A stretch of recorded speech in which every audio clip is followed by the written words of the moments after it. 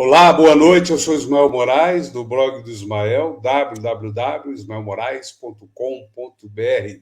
Hoje é sábado, 6 de abril de 2024, e hoje eu tenho aqui alguns convidados muito importantes que viveram toda essa experiência, essa luta contra o arbítrio, a prisão ilegal do presidente Lula em 2018, ficou 580 dias preso em Curitiba. Eu estou falando do Requião, que vou apresentar aqui, e daqui a pouco também recebo o advogado Daniel Godoy Júnior, que foi advogado lá do acampamento Lula Livre, e também do Tony Garcia, o empresário e um dos principais colaboradores agora dessa etapa de investigação da Lava Jato no Supremo Tribunal Federal. Então vamos ouvir aqui primeiro a apresentação do Requião. O nosso convidado de hoje é o ex-senador e ex-governador do Paraná, Roberto Requião, de 83 anos.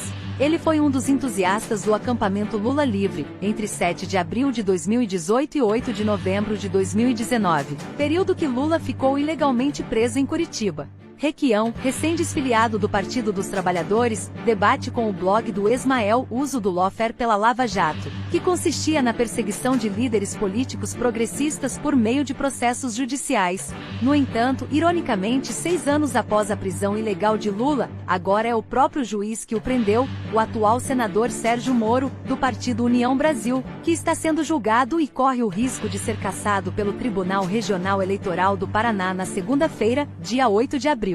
Seja bem-vindo, Requião. Boa noite, Requião. Gostou da abertura, Requião?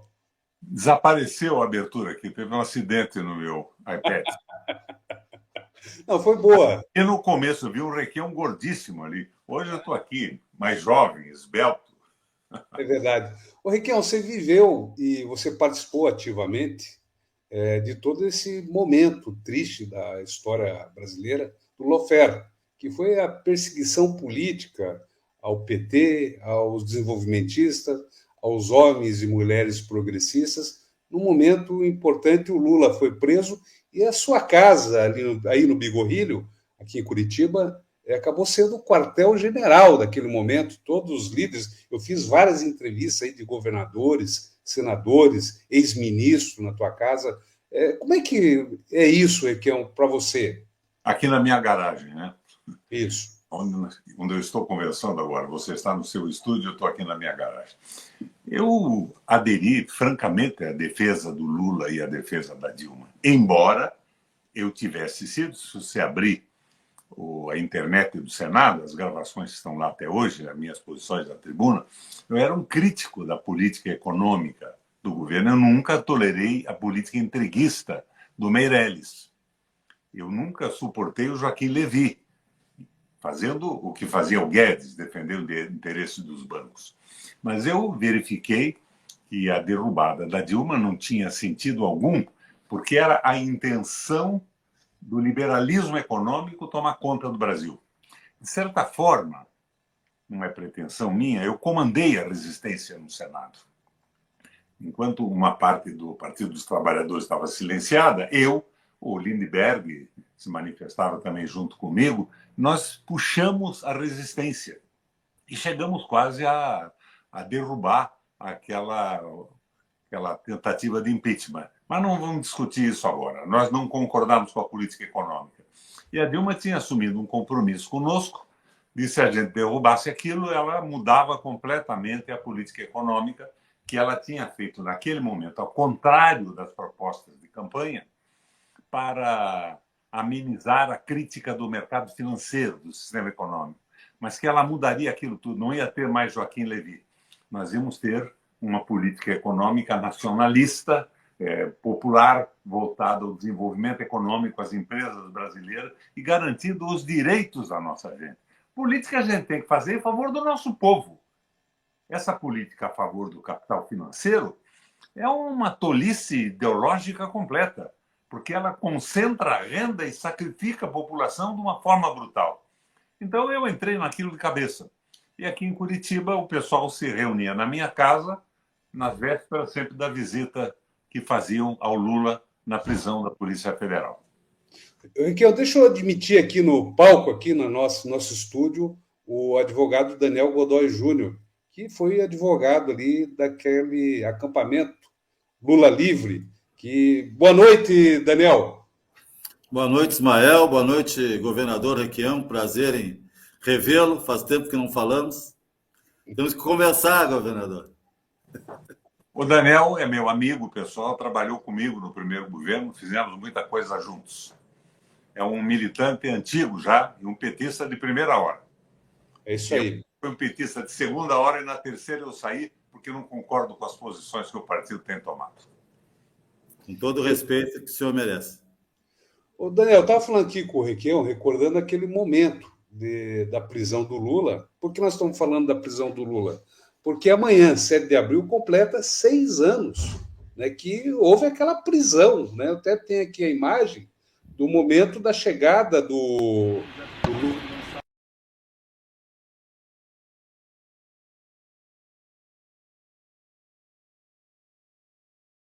Eu estou sem áudio aqui, agora sim. Nós estamos vendo aqui o helicóptero trazendo o Lula ali do aeroporto até a Polícia Federal, naquele momento, né, que ele chega em cima ali do prédio da Federal, escoltado, lembram disso?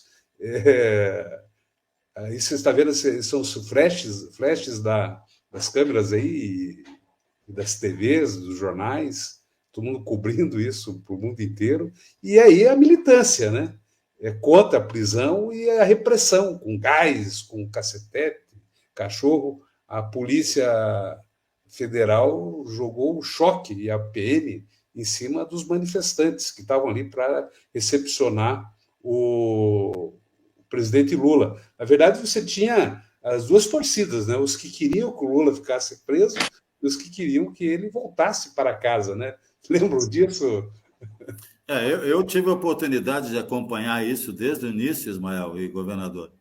E eu peguei aqui, entrei um pouquinho atrasado, peguei o final da fala do governador Requião, e o governador Requião, eu acho de forma muito feliz, citou a questão do impeachment da Dilma, e eu acho que antes até disso, nós podemos falar daquela jornada de junho, lá de 2013 e tal, mas foi um crescendo da violência política no Brasil que o governador é mais experiente que todos nós, talvez nem na sua história como pessoa tenha visto tanta violência política quanto essa que nós vivenciamos agora, a não ser, claro, no período da ditadura, né? As pessoas não podiam andar com camisa vermelha na rua, o acampamento Lula Livre foi vítima de várias agressões, até atentados, tiros, né? Pessoas passavam em cima de caminhões de som, de carro, e não havia repressão nenhuma, né? Vamos dizer assim, de forma muito, muito negativa, eles diziam até assim, petista bom é petista morto, né?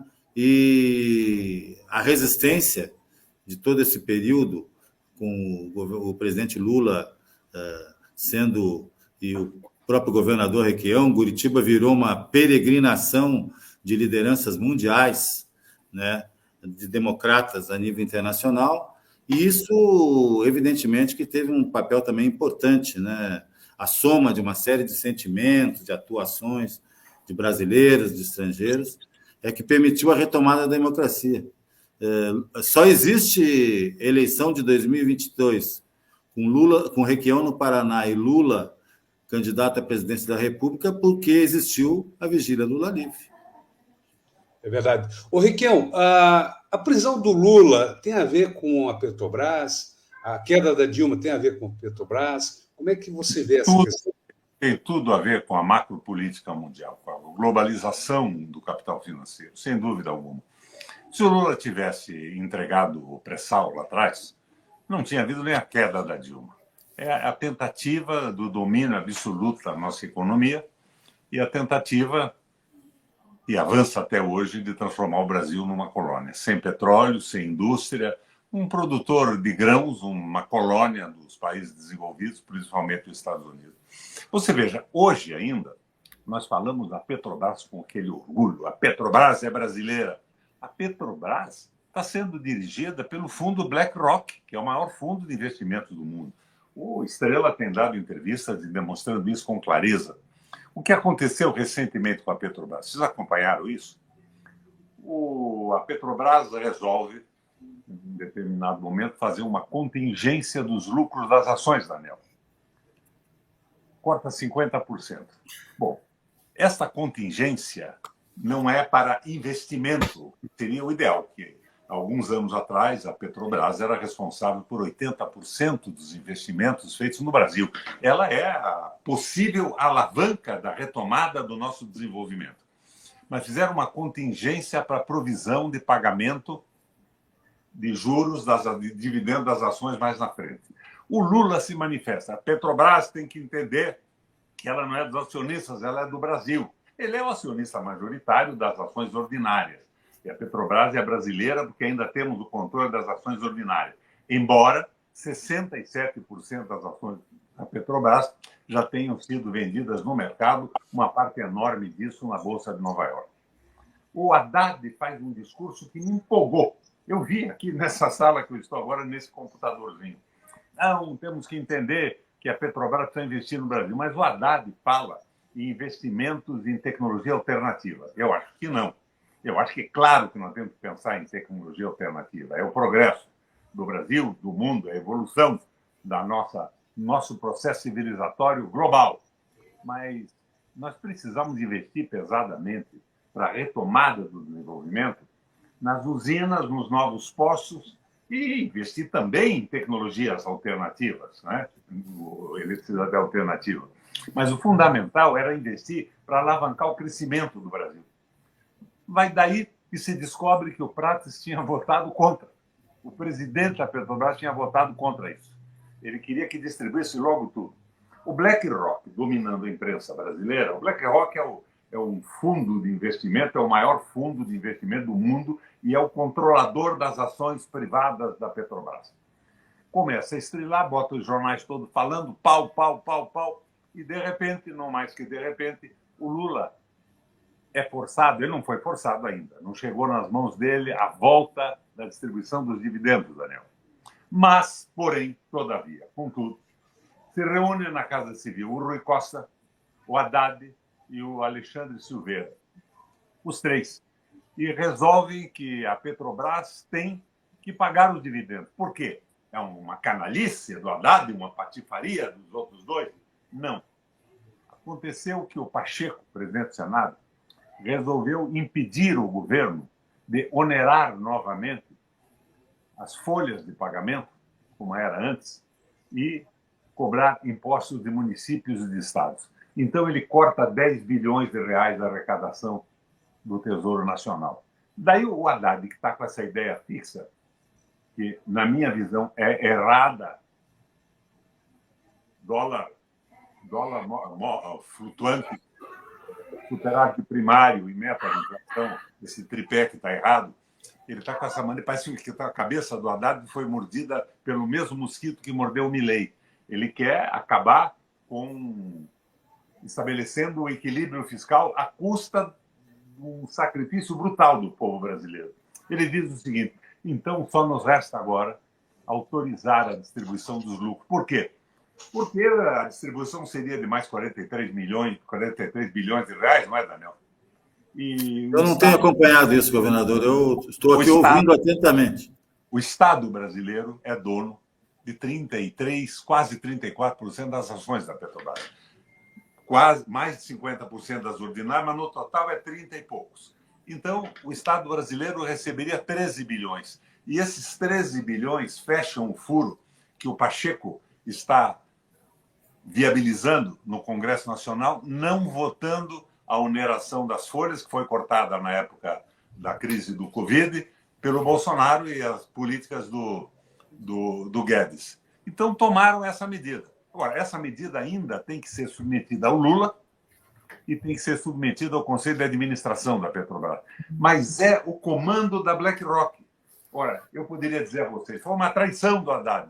Eu não digo que foi traição. Eu conheço o Haddad, o Fernando. Ele é um cara sério. É um erro de perspectiva. Eu insisto nisso. É um erro.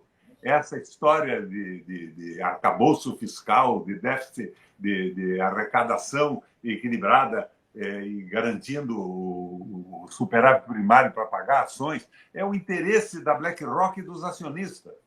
A Petrobras tem que ajudar o crescimento e a retomada do desenvolvimento do Brasil. E daí o que é que me aborrece nisso tudo? Não é o assunto do nosso papo. Nós vamos falar mais sobre a Lava Jato e o que está acontecendo no país. Acontece é que a Frente da Esperança apoia tudo isso.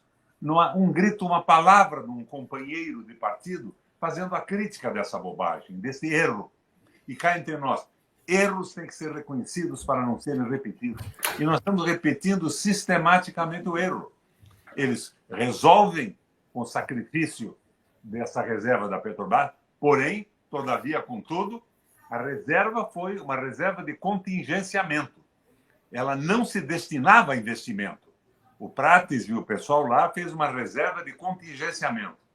Não é isso? E a Petrobras está num caminho errado. O Lula assumiu e o Prates vendeu a Albacora. Já no nosso governo, o Lula dizendo não vai haver privatização, é um campo brutal, ele vendeu isso. Então, o Prates é questionável nisso. E o outro ministro, que me aborrece profundamente, é o Alexandre Silveira. O Alexandre Silveira, logo no começo, declara. Eu vi na internet, se vocês acessarem, podem ver também. A questão da privatização da Eletrobras está resolvida e consolidada. Não é assim. Não é o PT, o Daniel. São inimigos do Brasil, do crescimento, do desenvolvimento. E a Frente da Esperança passou a ser uma âncora de direita. Então, nós temos um governo de extrema-direita. Era preciso que o Lula acordasse, desse uma porrada e pusesse esse negócio em movimento a partir da sua visão, inclusive visão dita com toda clareza no processo eleitoral. Como é que o Lula pôde fazer o pedágio do Paraná? O Daniel foi advogado do partido aqui, brigando contra isso, e o BNDES concordou com tudo. E daí vai o filhote do Renan, na Frente da Esperança, e diz o seguinte: este pedágio é um exemplo para o Brasil. O exemplo para o Brasil foi dado no primeiro lote, Daniel, para as Ilhas Caimã, para um fundo de investimento das Ilhas Caimã. E esse exemplo para o Brasil está com esse caos nas estradas aí que a gente está vendo. Uma verdadeira barbaridade. Então, são erros que não podem ser cometidos. E não é o ódio ao PT, eles têm ódio ao Brasil, ao nosso povo. E o PT vai de cambulhada nisso, que está meio silencioso, para o meu gosto, diante do que está acontecendo. Por isso, eu saí. Como é que eu podia ficar no Ô, Kel, você saiu e foi para onde? O pessoal está perguntando aqui, para onde você foi? Porque hoje foi o último dia, né? Não foi o último dia. Eu não vou ser candidato a vereador nem a prefeito. As próximas eleições eu estarei no partido. Aliás, o pessoal que está nos escutando aí, uma sugestão para mim. Eu sou nacionalista, eu tenho uma visão popular do Brasil, defendo a soberania, o direito dos trabalhadores.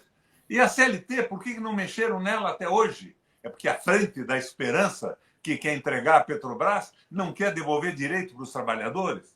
Olha, eu fui advogado trabalhista antes de ser prefeito e governador. Tinha muito erro na CLT. Ela podia ser arrumada, não é isso, Daniel? Tinha alguns equívocos. Mas eles não corrigiram os equívocos, eles acabaram com o direito dos trabalhadores. Então, eu estou na mesma posição. Então, não fui eu que saí dessa Frente da Esperança e do PT, foram eles que saíram das propostas iniciais e eu fiquei órfão nesse processo.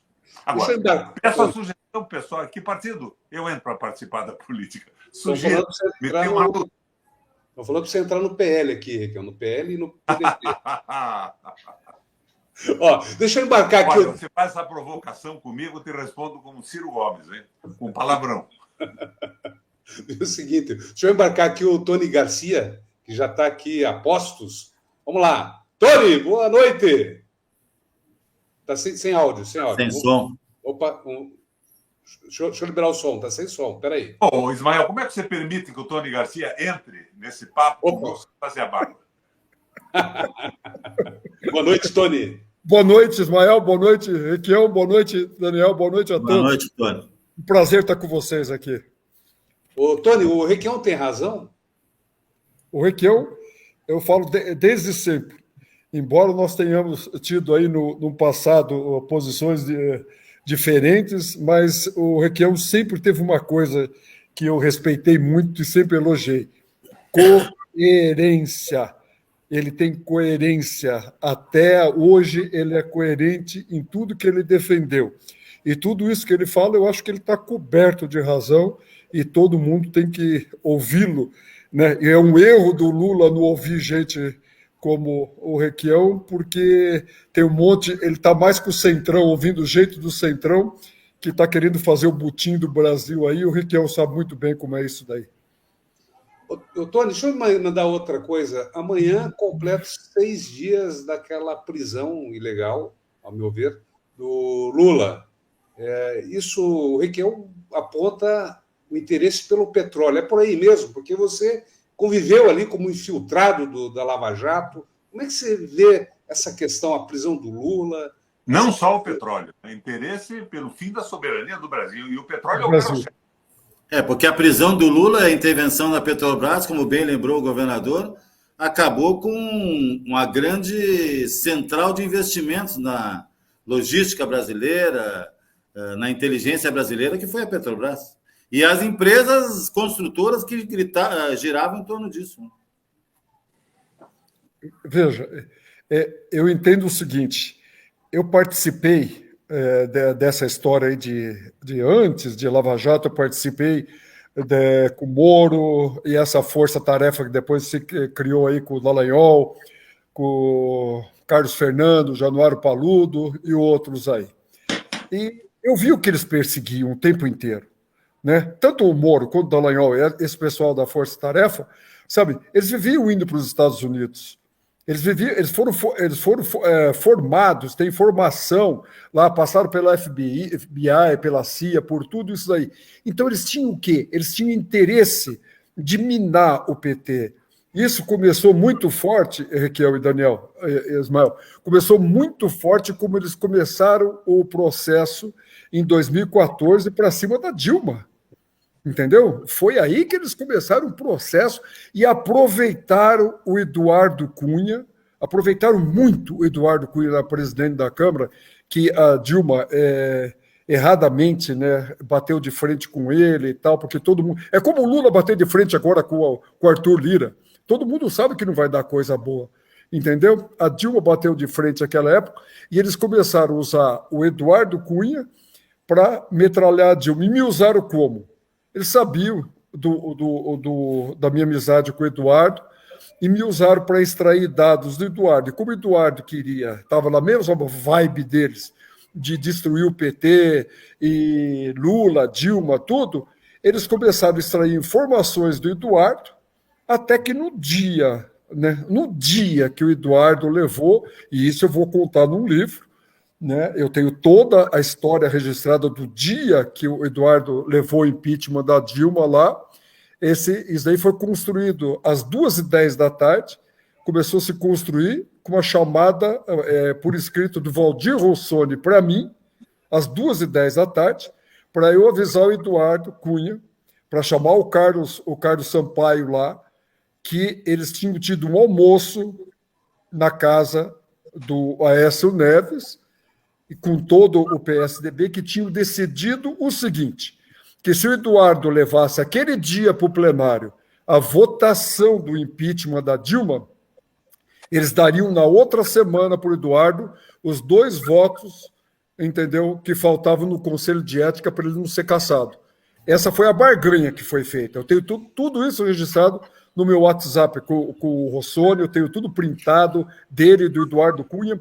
Isso começou às 14h10 da tarde daquele dia que ele levou.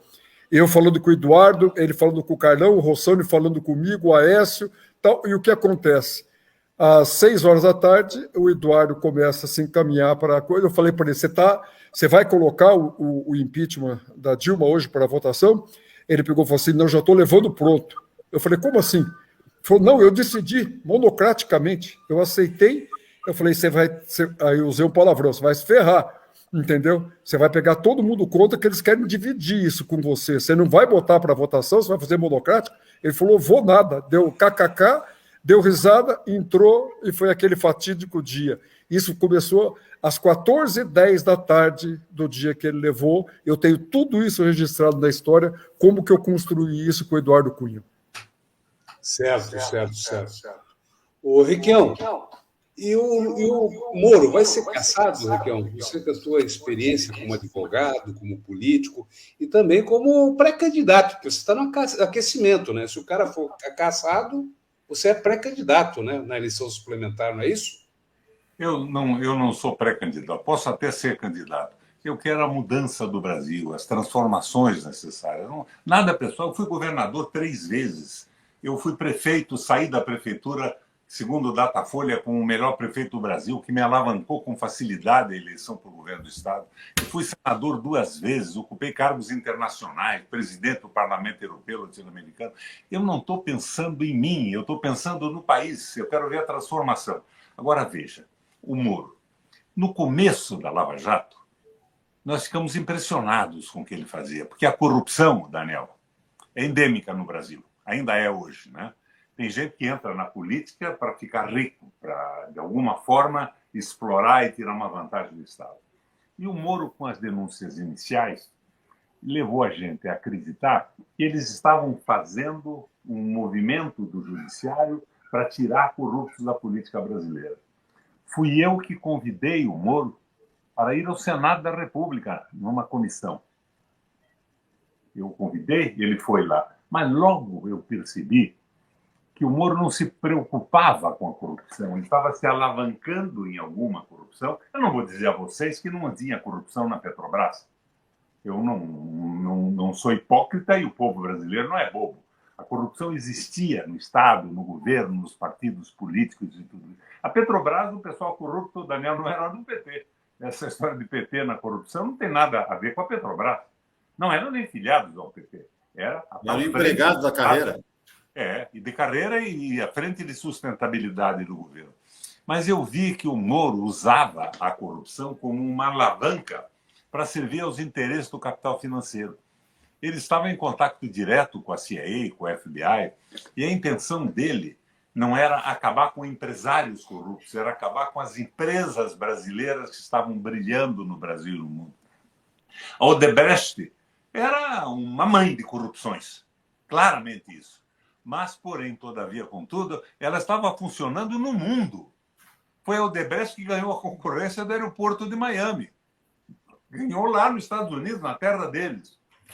O Obama, quando descobriu nos Estados Unidos a corrupção da General Motors, que é a maior empresa, a empresa símbolo do capitalismo norte-americano, o que ele fez, Daniel?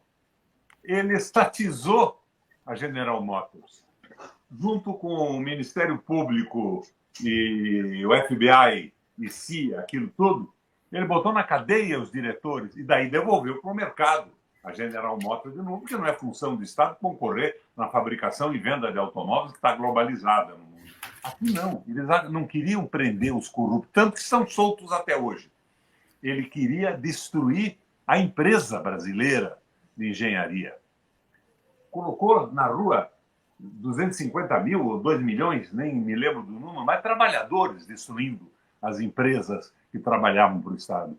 Então, era um jogo de desmoralização da política para transformar o Brasil numa colônia dos interesses do capital financeiro.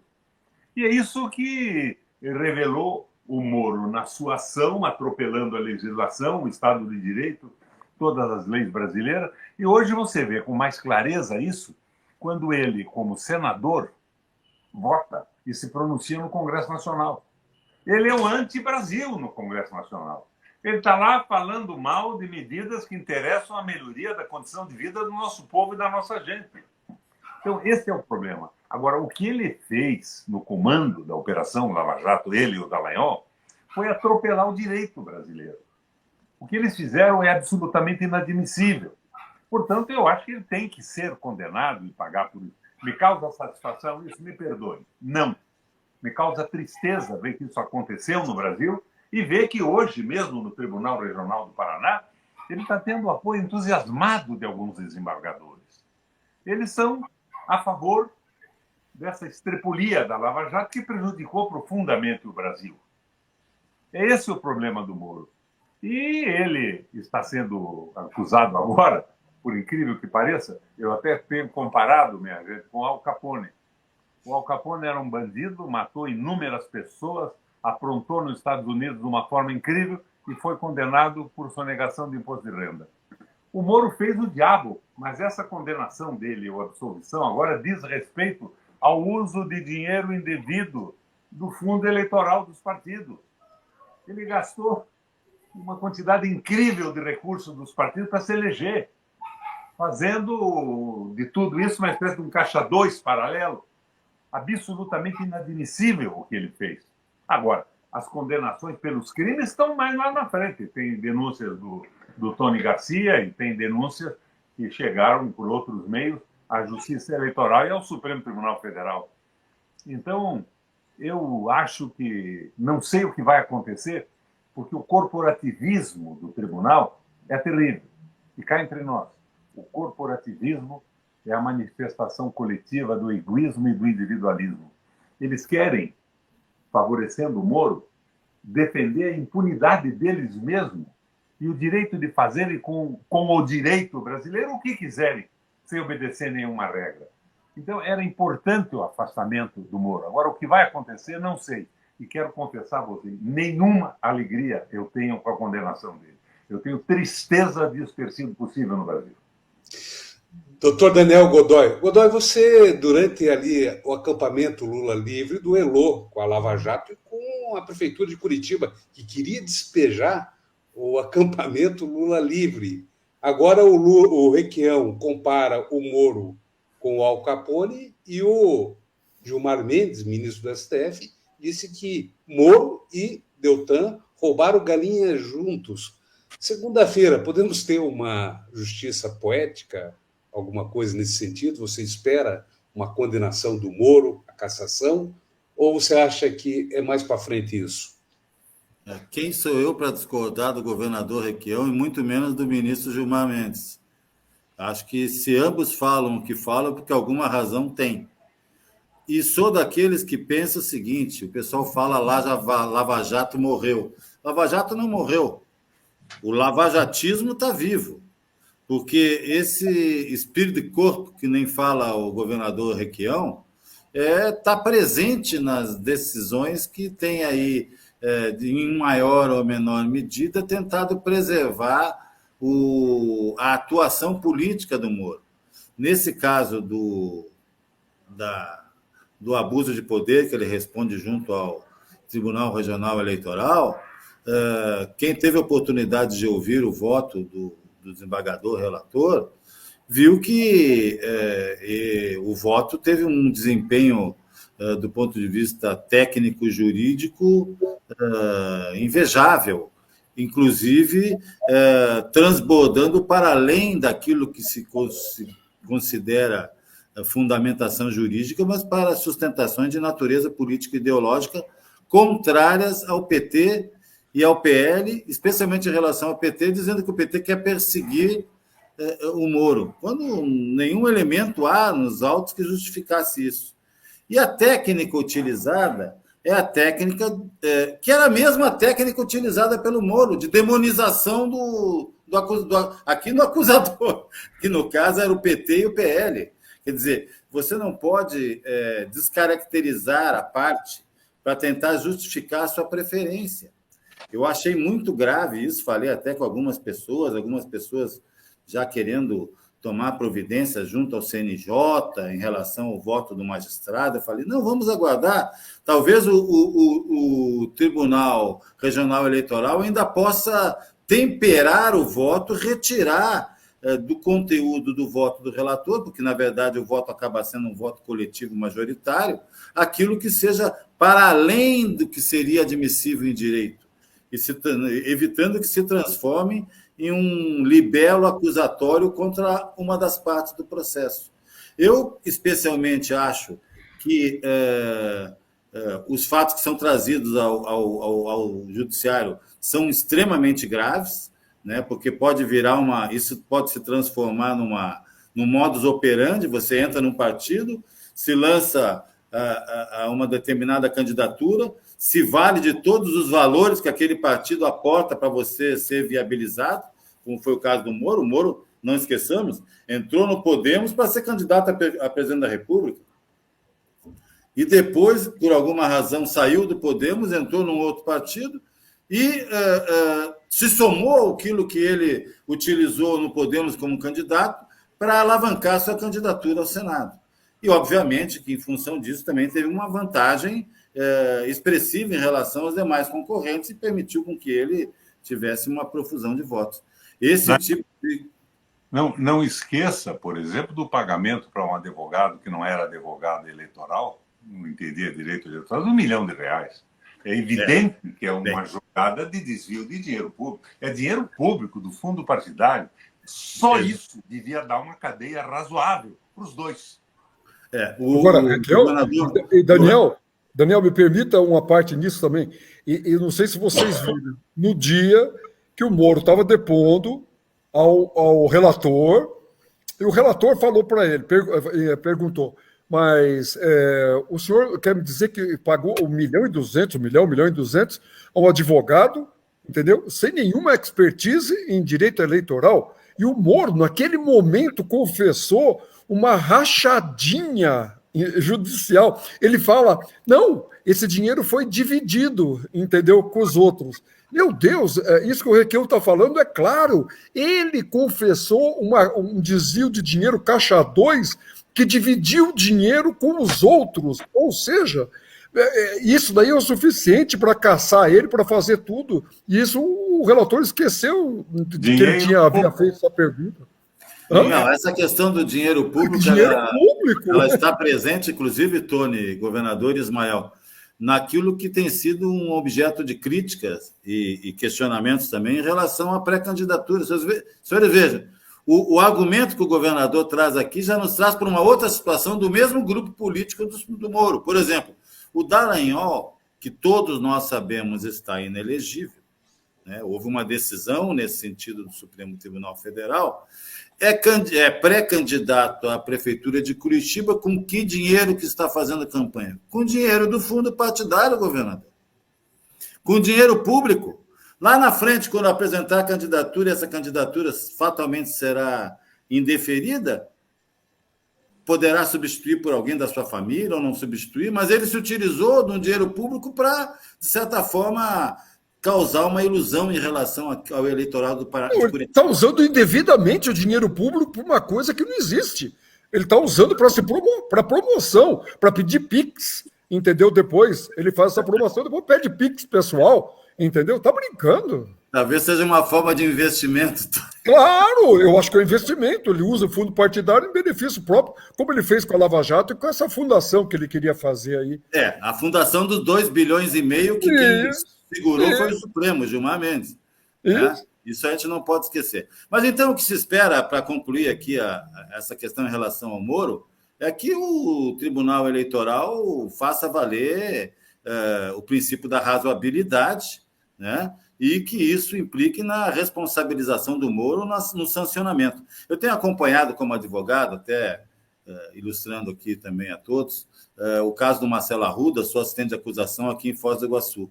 Vocês imaginem que, do ponto de vista de um crime de homicídio e tal, como foi praticado aqui, você tem um sancionamento que vai ser resultado da decisão dos jurados, que vai de 12 a 30 anos. Mas isso tem um sancionamento pessoal, mas você tem um sancionamento que tem um caráter pedagógico. Então, o sancionamento do Moro, pedagógico em relação à sociedade, dizer, ninguém pode praticar um crime por violência política e ficar impune. Isso a sociedade tem que entender. E todo mundo tem que entender que ninguém pode fazer o que o Moro fez e ainda ficar de senador da República. Né? Certo. Esse é um papel pedagógico que a Justiça Eleitoral tem que ensinar à sociedade brasileira. Tony, já que você era o infiltrado ali da Lava Jato, eu queria saber de você, então, o que você espera desse julgamento no TRE, se ele vai ser firme, esse resultado de segunda-feira, ou a bronca maior está por vir ainda. Na terça-feira, a Polícia Federal vem aí, né, para ouvir as servidoras da 13ª Vara. Você faz ideia para onde foi aquele dinheiro? Chegam a falar em 10 bilhões? Então, veja, eu estava vendo aí as pessoas falaram do que o Moro, né, tanto o Requião quanto o Daniel falando, de o que o Moro está enfrentando, mas ele tem 3 frentes o Moro vai enfrentar. A primeira que ele vai enfrentar é agora aqui no tribunal. Eu não sei, todo mundo falava que a desembargadora ou a juíza ia votar a favor dele, mas a hora que ela pede vistas, entendeu? Se ela quisesse ter votado, ela já teria votado. Quando ela pede vistas para ver o voto divergente, eu acho que ela tem alguma dúvida para se posicionar ainda, entendeu? Até porque o voto do relator foi estritamente político. Então, ela é técnica. Ou para combater o voto divergente também, né? Não, ou seja o que for, né? Mas ela pediu. Então, pelo menos ela poderia ter falado, seguido o relator, deixado correr e liquidaria a coisa ali. O Moro canta vantagem, que ele vai ganhar por 5-2 aqui. Ele fala isso para todo mundo, os advogados sabem disso. Mas, vamos supor, se ele passar aqui, isso daqui vai para o TSE, lá ele não vai escapar e nós sabemos disso. Mas isso daí é o menor dos problemas dele. Que hoje a gente não pode esquecer, nem Daniel e Ismael, que está se acabando o relatório da inspeção que foi feita aqui e tal pelo CNJ. O CNJ já está claro que encontrou várias irregularidades, desvio de dinheiro, inclusive o doutor Apio já tinha denunciado o desvio de 230 milhões pelo Moro, pela Gabriela Hart, que passaram por lá e sumiram. E veja, esse é um caso seríssimo que está aí para acontecer, com implicações gravíssimas, inclusive da questão criminal. E tem a terceira, que começa aí agora, que são as denúncias que eu fiz, e terça-feira foi montada uma força-tarefa, isso é bom que todos sabem, entendeu? Para se apurar todas as denúncias que eu fiz. Vão ser ouvidos aqui, eu acho que todos os funcionários da 13ª Vara e outras pessoas, e a partir dali nós já entregamos todas as provas, tudo que tinha da condução criminosa deles, Deltan, tudo isso, inclusive com apropriação de dinheiro meu, Requião, meu, Daniel, meu, Ismael, que eu coloquei lá para garantir a pena que eles tinham me dado, para garantir por uma devida coisa. Aquilo, quando eu pedi para restituir o que eles tinham que me restituir, porque não encontraram nada, como eu sabia, o que eles fizeram? Simplesmente, em 42 dias, depois de 2 anos de dinheiro depositado lá, eles sumiram com aquilo. E agora, depois de 20 anos, eu posso falar, porque então eu seria preso se falasse. A Gabriela tentou me prender agora, em 2021. Eu denunciei isso também. Então, eu quero saber. O meu está fácil, porque eu passei tudo para eles ao caminho do dinheiro. E o dinheiro desapareceu. O Moro pegou para ele e o Januário Paludo e o Carlos Fernando falaram para mim: criatura, esqueça, o Moro não vai te devolver esse dinheiro. Eu falei, mas está no nosso acordo, tudo. Eu falei, então, ele falou, vai cobrar ele. Nós não vamos cobrar, não vamos brigar com ele por tua causa. E o que fizeram? Sumiram e isso estava debaixo do tapete. E isso voltou agora. Tá? Então, esses crimes aí que o Moro vai estar submetido a esse escrutínio aí para se ver o que ele fez ou não, o menor dos problemas dele está na cassação. Ismael, a minha preocupação, como eu disse, não é como o Moro atropelou o direito e deve ser punido por isso. É um exemplo para o país, é um exemplo para os cidadãos, é um exemplo para os promotores, para os juízes. Mas o que estão fazendo agora desmoraliza o sistema inteiro. É claro que houve muito roubo endêmico no Brasil. Vamos sair um pouco daqui. Como é que o Cabral foi libertado depois de ter roubado no Rio de Janeiro? Ele roubou. Como é que todos os outros foram soltos? O Pezão, o Cabral, e de repente tudo. Como é que aqui no Paraná, de repente, se diz que não há mais responsável pelas escolas pagas e não construídas e anulam todos os processos contra o governador? Na época era o Beto Richa, né? Então, isso vai desmoralizando o sistema judiciário e desmoralizando o país, política, instituição. Isso pode levar, no andar das coisas, a uma crise parecida com a da Argentina. de repente um porra louca como o Milei se elege, porque desmoralizou-se completamente a instituição brasileira, política, judicial e administrativa. Como é que é possível isso? Como é que o Cabral pode estar solto depois do que ele fez no Rio de Janeiro? Como é que anula os processos que a Lava Jato levantou? É claro que a gente não pode concordar com a prisão do Beto Richa, como ela foi feita. E eu me manifestei com toda clareza contra. Eu bati duro. Como é que um juiz pode prender o governador sem uma acusação, sem uma coisa mais consolidada? Não podiam. Tinham que ser punidos, por isso estavam fazendo presepada, estavam criando espetáculo. Mas como é que, de repente, diz não tem importância mais?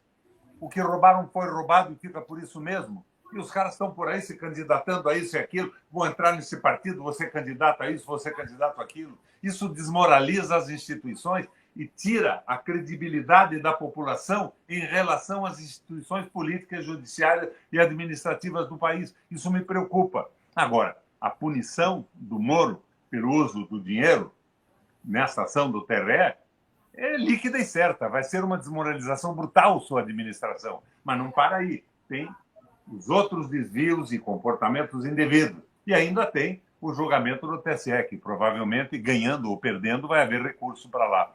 Mas estão desmoralizando tudo. Como é possível isso? O que o Moro... Vocês já viram o Moro falando no Congresso Nacional? É só contra o Brasil. O Requião. De ser juiz, o juiz imparcial, ele é claramente contra os interesses populares. É um entreguista. É um sujeito completamente errado do ponto de vista macroeconômico, e tomando posições e proclamando medidas que atrapalham o processo civilizatório brasileiro. Ô, Requião, mas essas denúncias da Lava Jato, Requião... Será condenado como Al Capone. Requião, essas denúncias... Na verdade, ele cometeu crimes contra as instituições judiciárias brasileiras. Ô, Requião, essa questão que você levantou, essas denúncias da Lava Jato, para o Tony e para o Daniel também, isso já não tem já um vício já na origem? Porque a Lava Jato, por si só, hoje é uma etiqueta do mal judiciário, de espetáculo, de lawfare. Enfim, como é que você vai sustentar uma condenação, ou uma prisão de alguém, ou uma investigação de algo que é viciado? Porque a Lava Jato se meteu com a Petrobras, se meteu com o pedágio, se meteu com jogo de futebol, se meteu com tudo. E não apurou absolutamente nada. Ismael, você está confundindo as coisas. A Lava Jato é uma aberração contra o sistema judiciário brasileiro. Mas o povo não entende filigranas jurídicas. O sistema romano-germânico que vige aí, direito de defesa e tudo isso. E, de repente, o povo sabe que dizem que não tem importância mais pagar a escola não construída, que não tem importância mais manter na cadeia o ex-governador do Rio de Janeiro, que foi condenado, sei lá, 2.000 anos de prisão, que fazia o elogio do seu próprio roubo, de que gostava de dinheiro. Não é bem assim a coisa. Na cabeça da população é a desmoralização da justiça. O Moro tem que ser punido, mas eu acho que a gente não pode abrir mão da condenação de todas as outras coisas que aconteceram. Mesmo dentro da Petrobras e tudo mais. O Moro invalidou o processo judiciário. Mas eram ladrões que existiam ou não? É claro que ele exagerou. Ele estava procurando a destruição do Brasil, o entreguismo, ele estava a serviço do capital financeiro. Mas ele se suportou numa série de denúncias que endemicamente existiam no país. A pressão, por exemplo, da BlackRock em cima da Petrobras, para evitar que a empresa invista e acelere o desenvolvimento do Brasil e distribua o dinheiro gerado pelo petróleo para fora do país. Essas coisas estão acontecendo todo dia. Isso acrescenta a crítica popular e o descrédito a tudo que está ocorrendo. Por que nós estamos perdendo espaço nas pesquisas de opinião? O Lula perde espaço, ganha algum espaço no pessoal ligado ao mercado e perde na base popular. Por quê? Porque ele está pressionado por essa frente da esperança, que é uma frente de direita vinculada ao capital financeiro, que está fazendo cometer e repetir erros que já foram cometidos lá atrás. Isso tinha que acabar. A minha proposta, por exemplo, o Requião saiu do PT, eu não sou inimigo de ninguém, eu saí porque não tinha mais modo de ficar defendendo teses absurdas, como a entrega da Petrobras, o Banco Central Independente, a venda da Sanepar, a venda do Porto de Paranaguá e o pedágio feito pelo governo Lula. Mas eu acho que o Lula devia bater na mesa e assumir o governo. Essa frente amplíssima é uma frente amplíssima que está trabalhando contra o país. Nós precisamos de uma posição mais forte que entusiasme a base nacional e popular do país. Senão, acabou. Senão, acabou. Vem aí o Milei mais na frente. Um Milei... Cadê o Godoy? O que você acha? Vem o Milei aí? Ou o Bolsonaro 2.0, 3.0? O Bolsonaro eu acho difícil porque ele está inelegível. Agora, um bolsonarismo está vivo. Isso aí é evidente. Se nós observarmos aqui a capacidade de articulação do governo do Paraná, do governador do Paraná, que é o seu maior representante aqui no Estado, com uma tentativa de cooptação política de todos os partidos aí que gravitam em torno da direita, da centro-direita, com a tentativa de fazer... E aqui, louvo aqui a memória do governador Requião, o pedágio e a Copel foi um trabalho feito a quatro mãos, né? A mãos do governo do Estado e a mãos do governo federal. Daniel, um trabalho que o Bolsonaro não teve coragem de fazer nem o rato. Tinha eleição, eles seguraram o contrato terminado por 2 anos. E daí vem o Lula e, pressionado pelo seu governo, faz. E o filho do Renan diz que essa patifaria é um exemplo para o Brasil inteiro. Fica difícil você tentar isso. Tanto é, governador, que a questão da privatização das companhias elétricas no país, que era um programa que estava em desenvolvimento, e a Copel foi, digamos assim, um experimento, ela está suspensa. A CEMIG em Minas Gerais foi segurada. A Celesc em Santa Catarina, a mesma coisa. Por quê? Porque algo há em relação a esse insucesso. A Enel em São Paulo, pois as pessoas estão ficando em São Paulo quando chove 3 dias sem luz. Ficaram em determinadas situações lá 10 dias sem luz.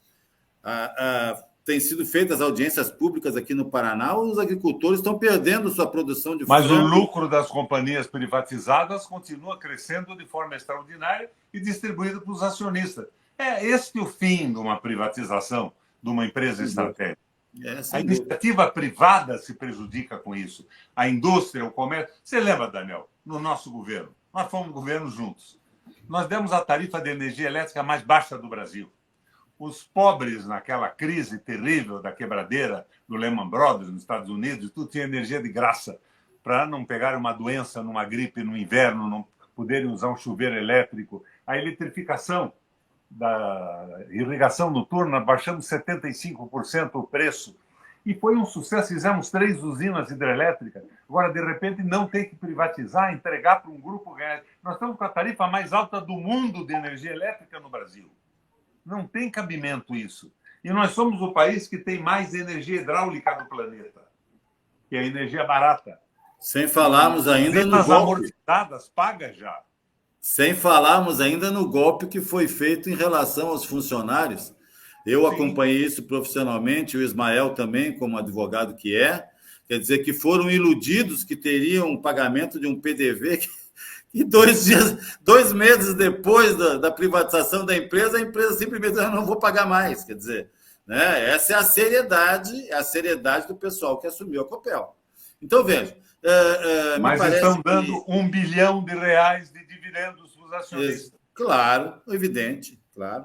Agora, concluindo a resposta aqui, que o Ismael me fez essa provocação, Bolsonaro, provavelmente não sei mais, mas o bolsonarismo está vivo.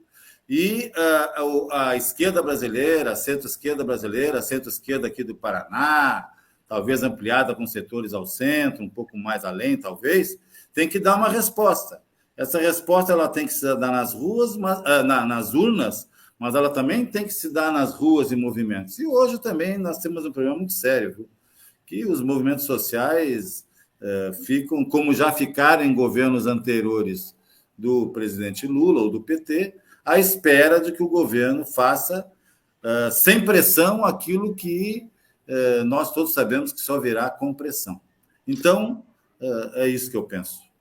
Ô, Tony Garcia, você que viveu de dentro da Lava Jato como infiltrado, você acha que se aproveita alguma coisa das investigações dessa força-tarefa, que aí agora está sob investigação? Veja, eu parto da premissa, como o Requião estava falando, né? Se levantou um monte de coisa. Só que os vícios de origem, entendeu? Que é aquela coisa que o Sérgio Moro usou comigo para acusar o Zé Dirceu, me obrigou a dar uma entrevista para a Veja forjada, entendeu? Eu sei que não funciona isso. Ele usou a Globo, usou os jornalões, usou todas as revistas do país, ele sabia como fazer isso daí e manipular. Então, ou foi usado por eles. Ou foi usado pelo capital financeiro que domina a imprensa toda. Não, perfeito. Veja, aí tá.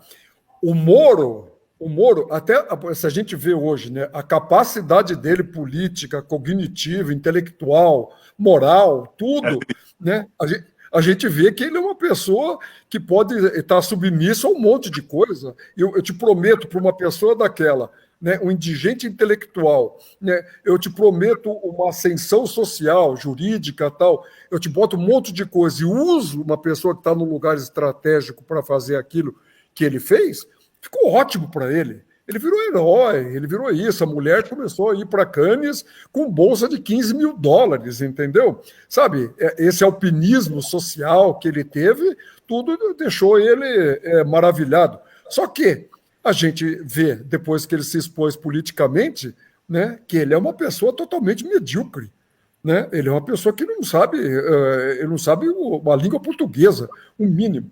Então, veja, ele foi usado para fazer aquilo. Os vícios de origem, eu acompanhei todos, entendeu? Participei disso daí até o último dia que ele ficou na vara aqui, com uma faca no pescoço. Depois ele deixou a Gabriela Hart fazendo isso. Mas veja, ele é o principal causador de tudo isso que você, como o Requião fala, pode vir um Milei agora, pode vir isso daí, né?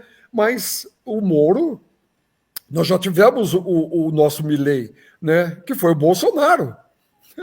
O Moro preparou esse caminho todo, ele criminalizou a política, ele criminalizou os políticos, o sistema, ele criminalizou tudo. Então pode vir coisa pior aí, então, Tony. Hã? Pode vir algo pior. Mas vem muita coisa pior, eu acho, porque nós ficamos restritos hoje ao país, né? O país conflagrado justamente ao meio entre o bolsonarismo e o lulopetismo. Nós estamos fadados a isso daí, não cresce mais nada nesse meio. Quem que nasce nesse meio? Nada floresce aí. Então fica essa discussão histérica, né, em cima disso, daquele outro, e não cresce. Uma voz que nem a do Requião, uma voz forte como essa, de outros tantos como ele, foram calados. O país não existe. Eu vou te falar uma coisa, Requião, vou falar para você também, Daniel, já falei isso para o Ismael. O problema todo desse terceiro governo do Lula foi que ele teve que ceder. A primeira coisa a Faria Lima impôs para ele, eu sei porque eu tenho sócios na Faria Lima que participaram disso, né, com o mercado. Então, o que acontece? Ele teve que ceder para ter o apoio dessa gente, né, porque era a única pessoa que conseguiria tirar o Bolsonaro da presidência, que era o mal maior, era o Lula.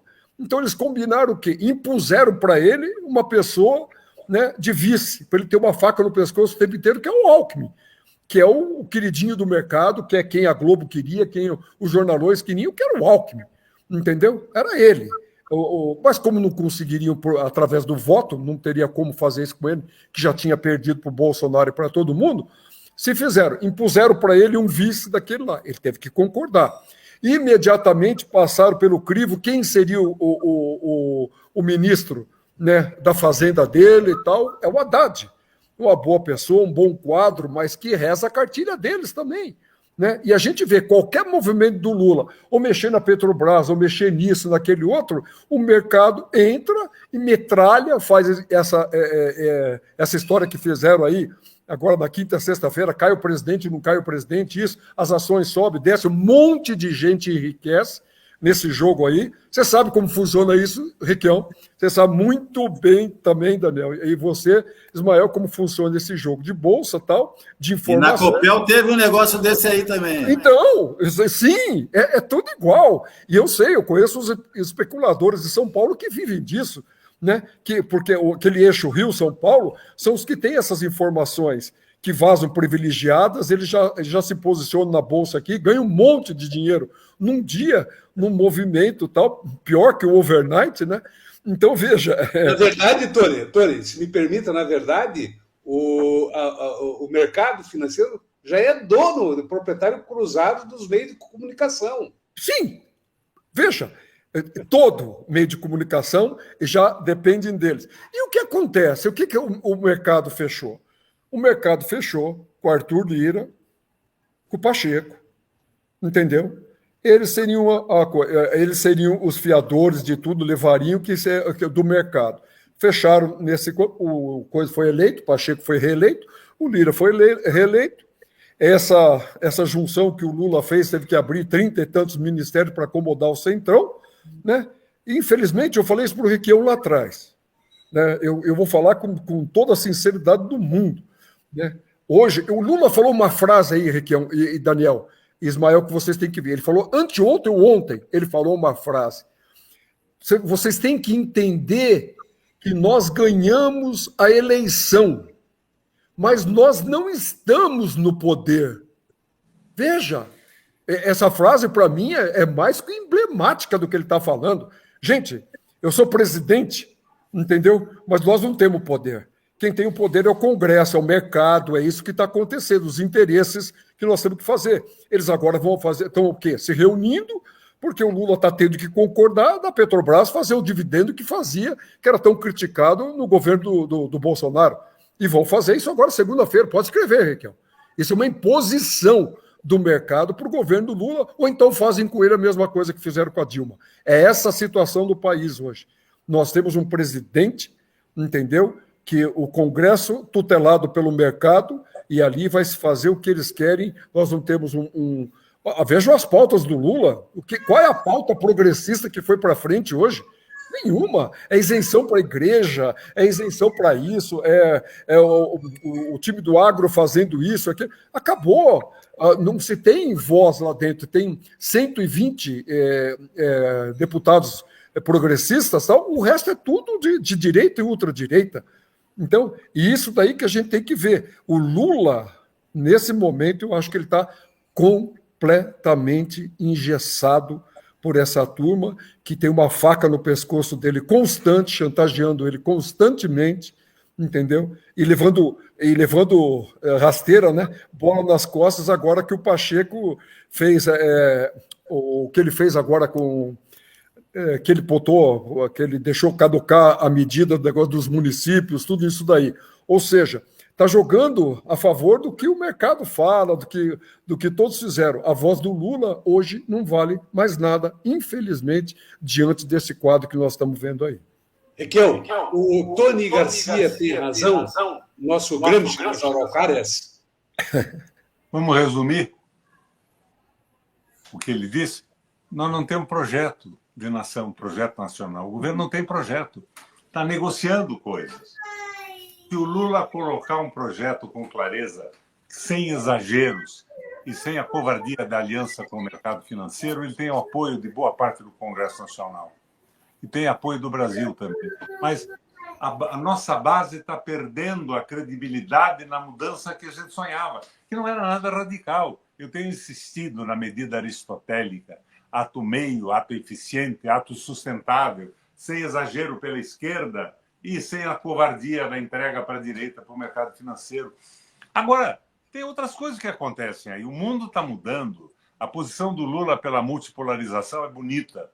A postura dele na política externa, embora ela não tenha um efeito, porque o Brasil é um país desarmado, que vendeu, inclusive, a Vibrasa agora, né?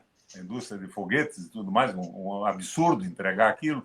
Mas lógica tem, entusiasma a gente. O Lula precisava colocar com clareza uma proposta. Daí a base se levanta. A base levanta. Ninguém levanta. Estão vendendo a Sanepar no Paraná. Você viu, além do Requião Filho e do Arilson, alguém falar contra isso? E é o BNDES que está fazendo.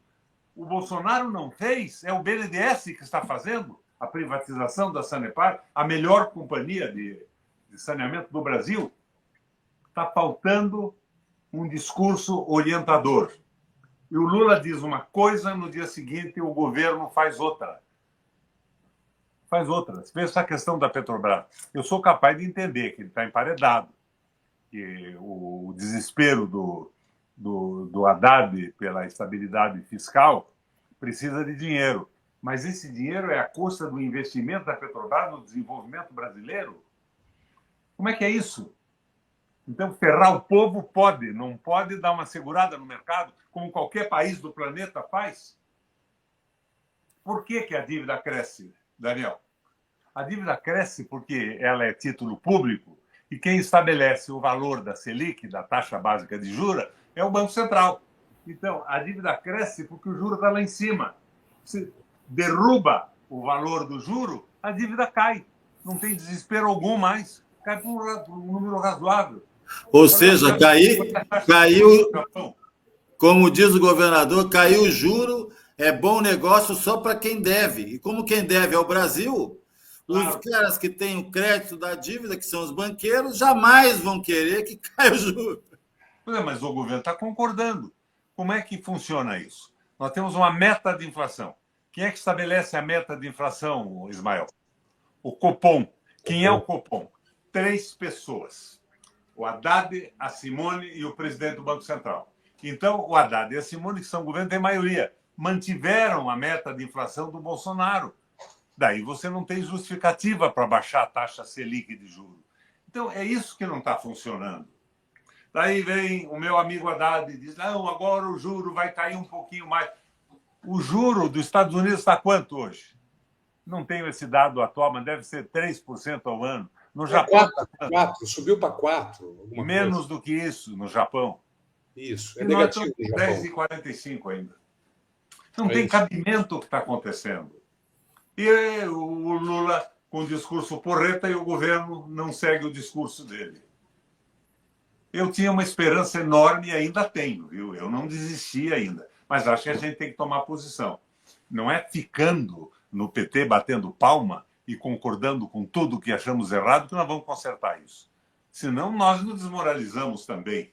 E diante de nós mesmos, nós temos que insistir. A luta pelo Brasil, pela soberania, pelo processo civilizatório, pelo crescimento econômico do país. Não, o agro tem tudo. O agro é bacana, nos dá moeda para comércio exterior, mas não pode ter só agro. A Argentina quebrou por isso.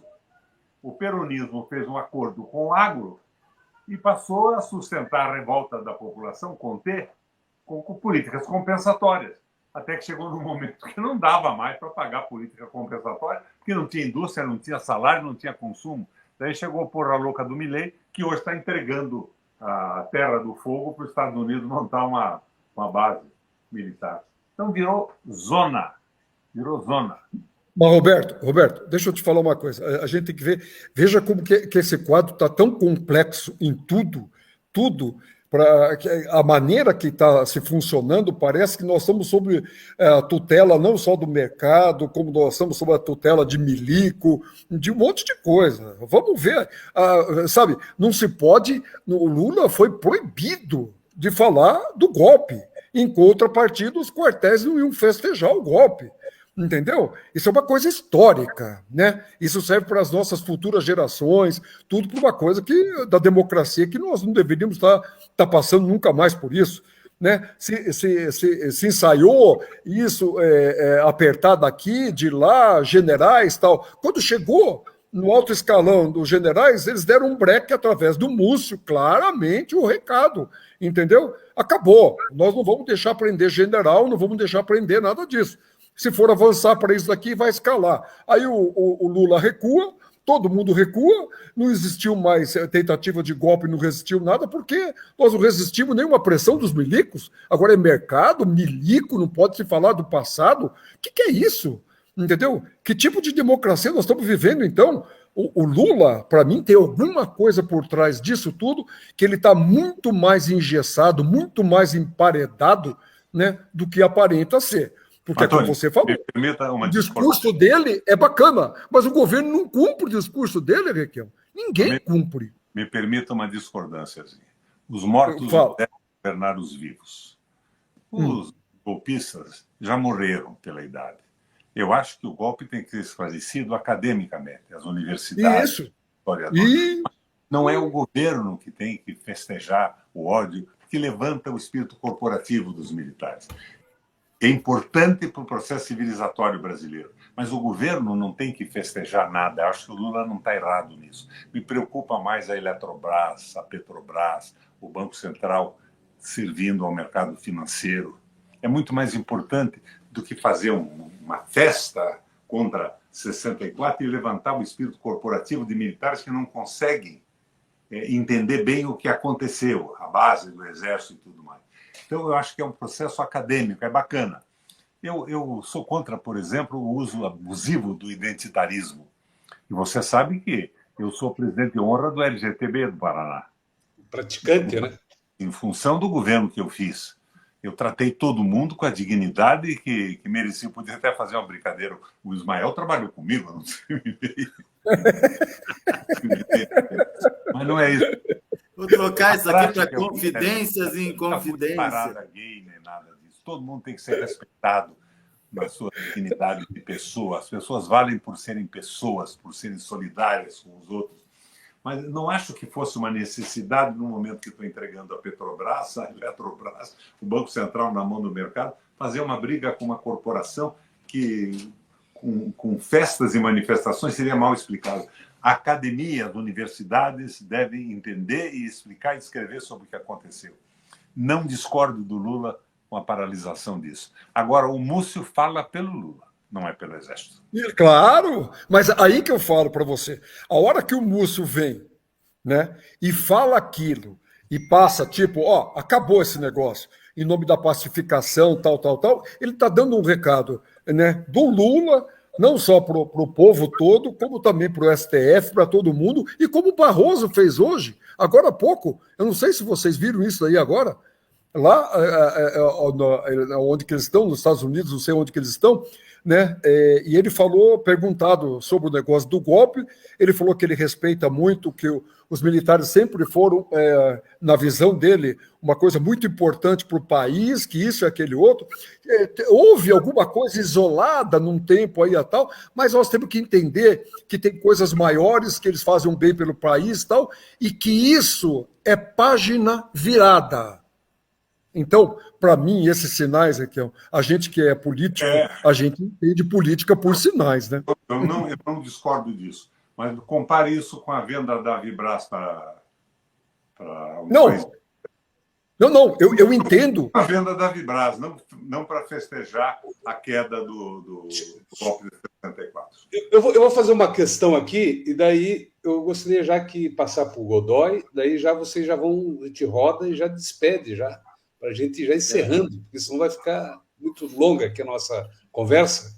Então, a questão é o seguinte, Godoy. A Globo, ela sai em defesa do Moro nesta semana, como nunca, defende também as políticas econômicas do Haddad e joga o Lula na frigideira. É por aí?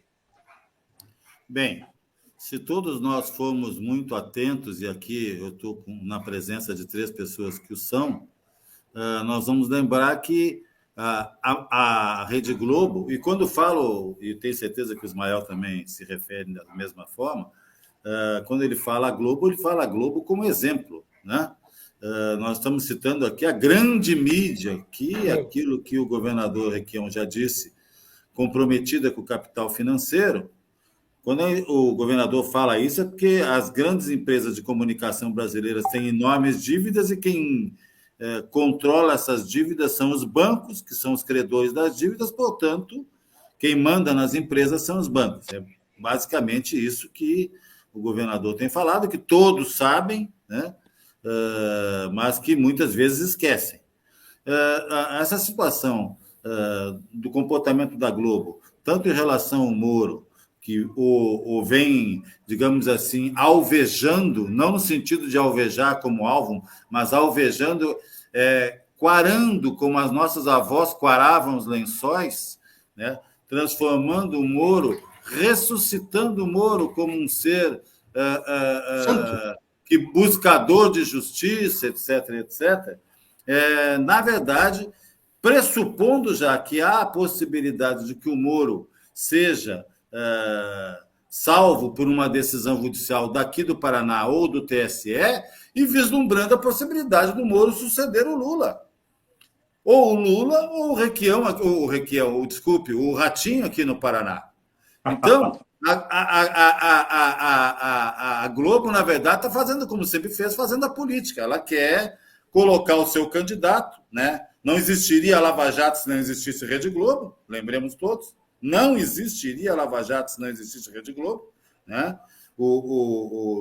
Todos nós nos lembramos dos grandes editoriais no Jornal Nacional, do Jornal da Globo e tal, todos eles, o William Bonner, aquele outro rapaz, o Merval Pereira, quer dizer, uma série de jornalistas. Essa história da Lava Jato ainda tem que ser bem, como é que eu vou dizer, bem trabalhada e academicamente estudada, porque foi um grande estado. Ela causou mais malefícios para o Brasil que todas as ditaduras que o Brasil viveu, contando a ditadura do Vargas, contando a ditadura de 64, que pelo menos ela tinha uma preocupação com o povo brasileiro e com a nação brasileira e com a soberania brasileira.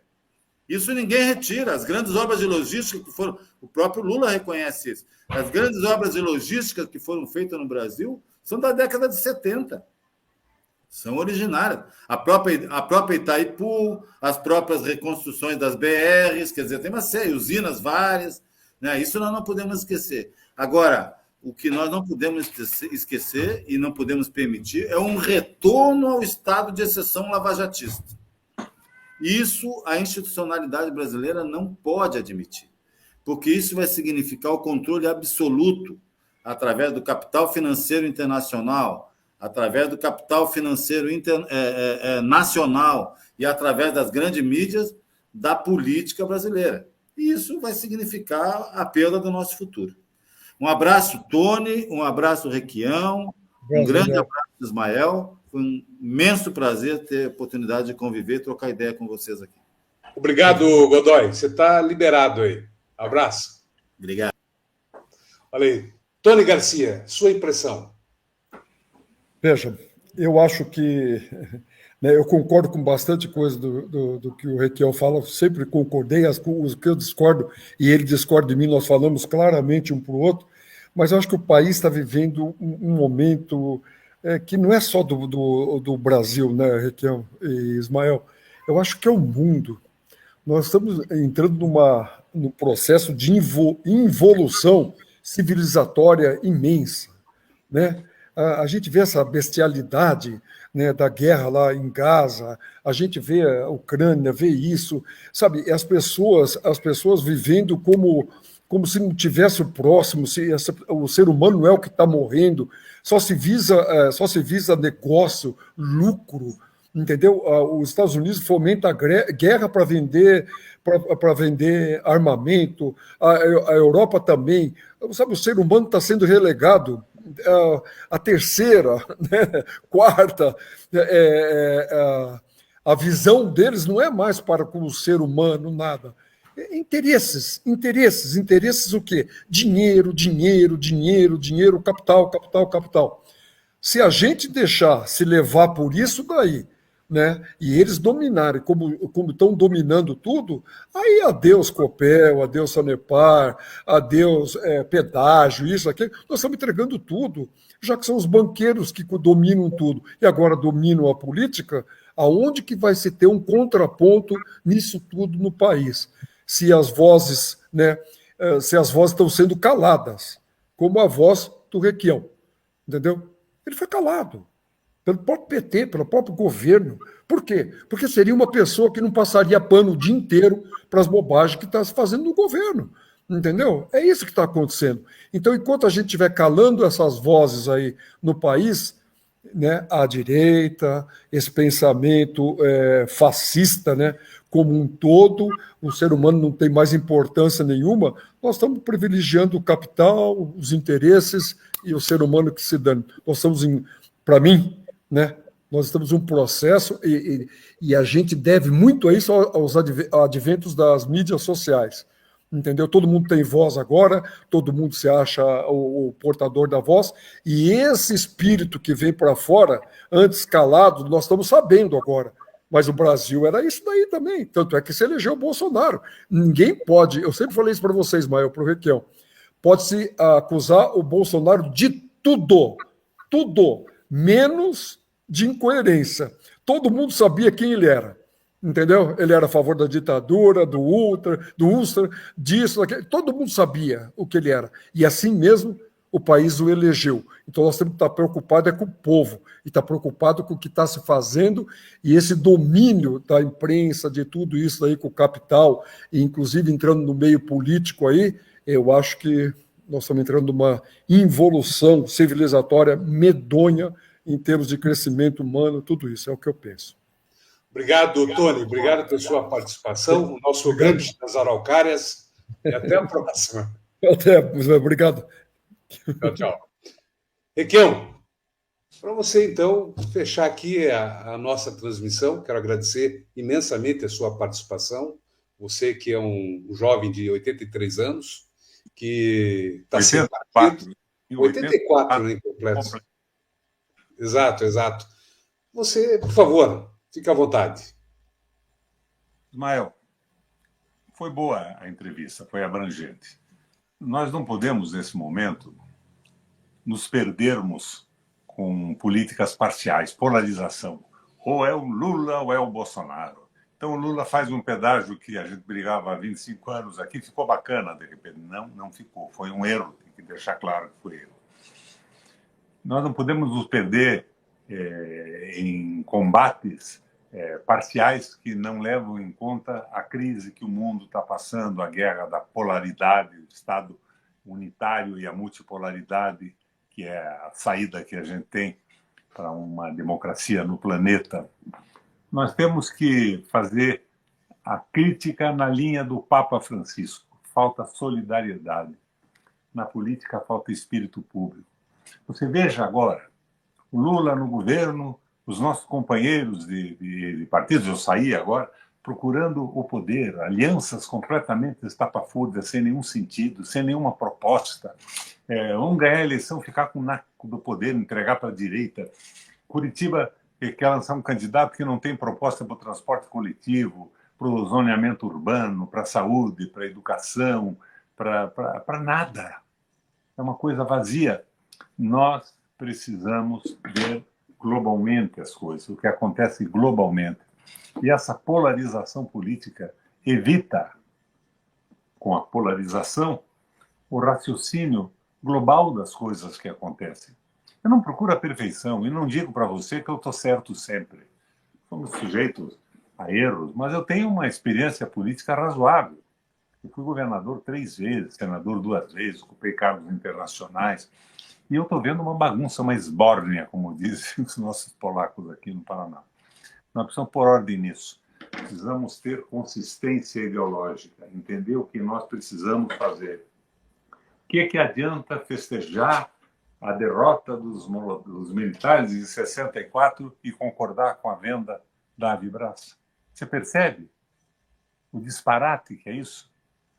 Nós vamos bater nos militares de 64 que queriam, sob pressão americana, transformar o Brasil numa colônia e concordar com o Banco Central independente na mão dos banqueiros, com a Petrobras entregue os interesses do capital internacional da BlackRock, maior fundo de investimento do mundo que manda na empresa hoje. Não, há um erro nesse processo. Vamos aprofundar a conversa, a disputa. E está muito ruim. Agora, aproveito o teu programa com essa audiência monumental que você tem no país, talvez não agora, nesse momento, mas na repetição você tem sempre, Eu A saí, Globo já está incomodada, Requião. A Globo já está incomodada. eu entrei no PT para derrotar o liberalismo econômico e a eleição do Guedes para a presidência da República, porque o Bolsonaro foi uma espécie de relações públicas do liberalismo. Quem governou foi o Guedes. As barbaridades todas foram feitas pelo grupo ligado ao capital financeiro. Eu saí. Entrei por isso, saí. Já expliquei durante a nossa conversa o porquê. O que eu devo fazer? Continuar me pronunciando, dizendo o que penso nos programas que eu sou convidado diariamente, que são pela internet distribuídos no Brasil inteiro, ou entrar num partido político no Paraná? Estou sem partido. Se eu for entrar num partido político, em que partido? É evidente que eu não vou entrar num partido de direita entreguista que é contra o povo, contra o direito dos trabalhadores, dos nossos empresários. Gostaria de receber, pelos nossos ouvintes e assistentes aqui agora, sugestões. No mais, um abraço a você e aos companheiros que participaram conosco dessa boa conversa. Obrigado, Requião. Até a próxima. Boa noite. Olha só, conversei com o ex-governador Roberto Requião, com o Tony Garcia, empresário, e está aí no olho do furacão a questão da Lava Jato, as investigações em relação à Lava Jato e ao ex-juiz Sérgio Moro, e também com o advogado Daniel Godoy, que representou o acampamento Lula Livre naquela questão do despejo, que foi uma tentativa da Lava Jato e da Prefeitura de Curitiba. E no início do nosso programa, da nossa conversa, eu exibi também o momento da prisão do Lula, lá em 7 de abril de 2018, porque amanhã completam 6 anos, né, desse momento, né, triste, dessa prisão ilegal do presidente Lula. Então, a gente fez essa transmissão também por conta disso, para lembrar das arbitrariedades, das ilegalidades, dessas forças-tarefas, dos vícios, né, que a Lava Jato trouxe e carregou consigo. E a gente conversou aqui abertamente, e o Tony Garcia expressou muito bem que dificilmente se aproveita algum ato da Lava Jato em função dos vícios que ela carregou, que o Deltan Dallagnol e o próprio Moro carregaram, como se revelaram aí pelos próprios depoimentos do Tony Garcia e também daquelas vazas-jato, daquelas conversas que foram mostradas para o mundo inteiro, para o Brasil inteiro, lá pelo Intercept, naqueles vazamentos das conversas no Telegram. Lembram disso? Então, tudo isso que a gente está sintetizando. E na segunda-feira nós vamos ter um novo embate agora no TRE, Tribunal Regional Eleitoral do Paraná, onde o senador Sérgio Moro está sendo julgado. Ele está no banco dos réus, ele está sendo julgado por abuso do poder econômico, Caixa 2 e abuso de meios de comunicação. O placar está 1-1, então vai ser retomado. São 7 juízes que votam. E passando esse julgamento na segunda-feira, na terça já tem uma força-tarefa da Polícia Federal investigando e tomando depoimento de 2 servidoras da Justiça Federal, da 13ª Vara, onde atuava o Moro, que é fruto do inquérito das denúncias apresentadas pelo Tony Garcia. Então, é fruto disso. E ainda tem, em outra frente ainda, como bem deixou claro aqui o Tony Garcia, a frente do CNJ, que é o Conselho Nacional de Justiça, que investiga os desmandos administrativos durante o período da Tony Garcia e da juíza Gabriela Hart. Tem sumiço de dinheiro, tem diversas irregularidades apresentadas, arquivamento indevido de denúncias. Enfim, são várias questões, as questões das leniências, como elas foram feitas, como deixaram de ser feitas. Isso tudo está com um relatório robusto lá no CNJ, pronto para ser votado. O ministro Luiz Felipe Salomão já pediu pauta para votar esse relatório. Segundo informações que obtive, é um relatório muito forte, muito firme, que é capaz de deixar esse julgamento do TRE do Paraná parecido com uma brincadeira de criança. Mas a gente vai aguardar. E na segunda-feira eu estarei lá no TRE, lá no tribunal, acompanhando esse julgamento do Moro e transmitindo para você ao vivo, você que é internauta, você que é o nosso telespectador da comunidade do Blog do Ismael. Por isso, eu quero pedir para você que siga o Blog do Ismael nas redes sociais, compartilhe esse vídeo, se inscreva no canal para receber atualizações em tempo real. Boa noite e obrigado, e até a próxima transmissão. Valeu!